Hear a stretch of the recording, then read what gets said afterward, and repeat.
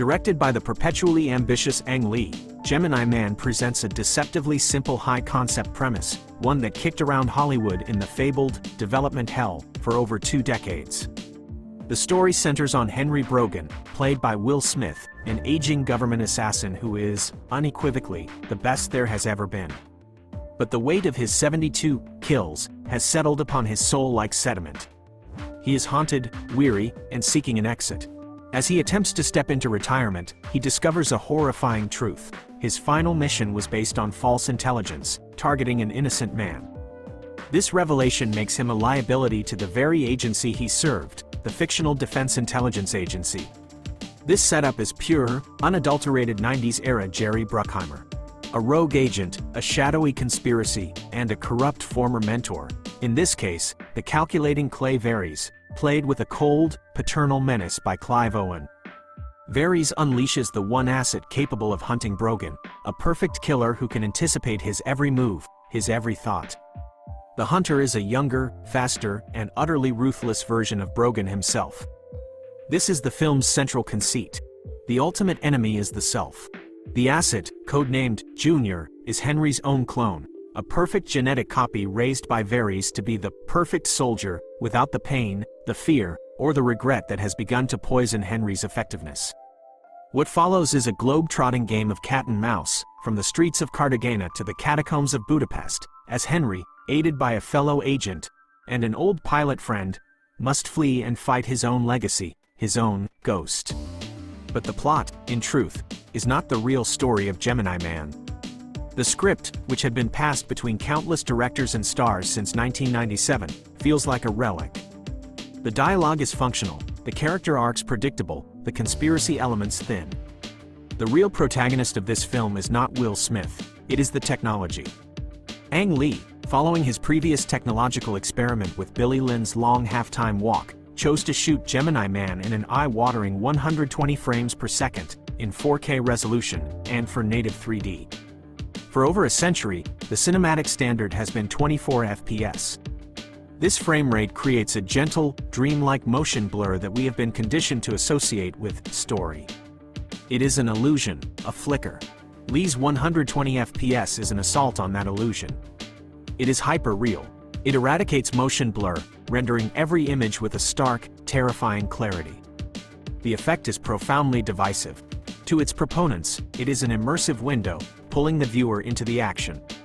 To its detractors, it is the dreaded soap opera effect, a high-definition video look that cheapens the cinematic experience, exposing the artifice of sets, makeup, and stunts. In Gemini Man, this high frame rate turns visceral action sequences, like a breathtaking motorcycle chase in Cartagena, into something that feels less like a movie and more like an impossibly high-definition video game or a live sports broadcast. Every punch, every shard of glass, is rendered with an almost uncomfortable precision. Lee was chasing a new cinematic language, one of pure, unadulterated visual information. This technological ambition dictated the film's other, more famous innovation, the creation of Junior. This is not the typical de-aging seen in Marvel films, where an actor's face is digitally smoothed and lifted. Junior is a fully digital creation. He is a 100% computer-generated character, built from the ground up, with Will Smith providing the motion capture and, crucially, the performance. The team at Weta Digital studied hundreds of hours of Smith's 90s-era performances, from The Fresh Prince of Bel-Air to Bad Boys, to construct a photorealistic 23-year-old version of the star. The result is perhaps the deepest dive into the uncanny valley a major studio has ever funded. In some moments, particularly in static, well-lit shots, the illusion is flawless. You are watching Will Smith in his prime. In other moments, especially during complex emotional dialogue, the digital mask slips. The eyes seem glassy, the connection between the voice and the digital musculature feels fractionally off. The HFR exacerbates this. There is no motion blur to hide the imperfections. We are forced to stare at this digital phantom, and our brains, evolved to read human faces with microscopic precision, often scream that something is wrong. This technological friction is, fascinatingly, mirrored in the film's themes. The entire narrative is a meditation on nature versus nurture. Henry Brogan is horrified by Junior, not just because he is a clone, but because he sees a version of himself stripped of humanity. He sees the weapon Verris wished he had been. They chose you, Henry tells Verris, because I was the best. But they didn't count on the pain. Junior, in Verris's mind, is the upgrade, all of your gifts, without the baggage. The film's soul, struggling to be heard beneath the technological roar, is the relationship between these two Will Smiths. Henry looks at Junior and sees his stolen innocence, the trauma that Verris inflicted upon him as a young recruit, now perfectly replicated and inflicted on this son. Junior, in turn, looks at Henry and sees a terrifying future, a broken, lonely man he is destined to become. The central conflict becomes less about the external fight with the agency and more about an internal battle for Junior's soul. Can Henry save this younger version of himself from making the same mistakes? Can he break the cycle of violence that Verris, the abusive father, has established? The tragedy of Gemini Man is that this compelling, mythic, Frankenstein-esque premise is constantly undercut by its own simplistic script. The supporting characters are given little to do. Mary Elizabeth Winstead's Dani is a capable agent, but her role is largely to react and provide exposition. The film never fully trusts its audience, constantly having characters explain the technology, and the themes, out loud. This clash between revolutionary presentation and dated storytelling defined its reception. Critically, it was savaged. Commercially, it was a catastrophe, a major box office bomb that lost millions for Paramount and Skydance. Most audiences never even saw the film as Ang Lee intended.